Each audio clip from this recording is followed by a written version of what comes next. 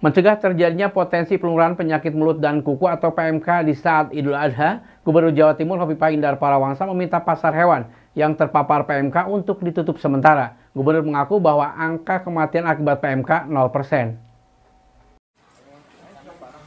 Meski angka kematian akibat penyakit mulut dan kuku atau PMK di Jawa Timur sudah tidak ada atau 0%, namun Gubernur Jawa Timur meminta agar pasar hewan yang masih ditemukan kasus PMK untuk ditutup sementara. Hal ini dilakukan agar mencegah potensi penularan PMK selama Idul Adha.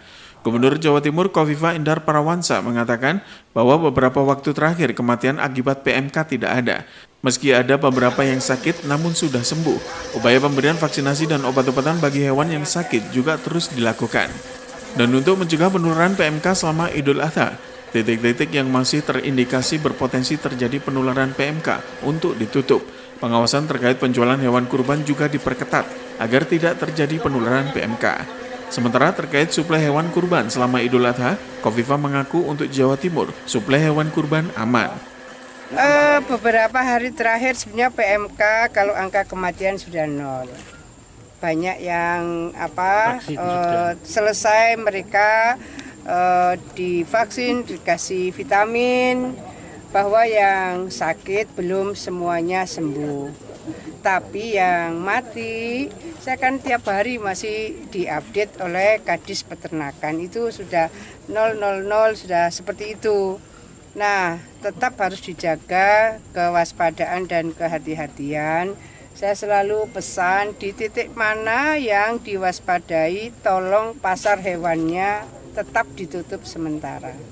Jadi pasar hewan di titik-titik yang masih terindikasi rawan, potensi kemungkinan terjadinya penularan memang harus ditutup. Tetapi di daerah lain kan Jawa Timur ini luas.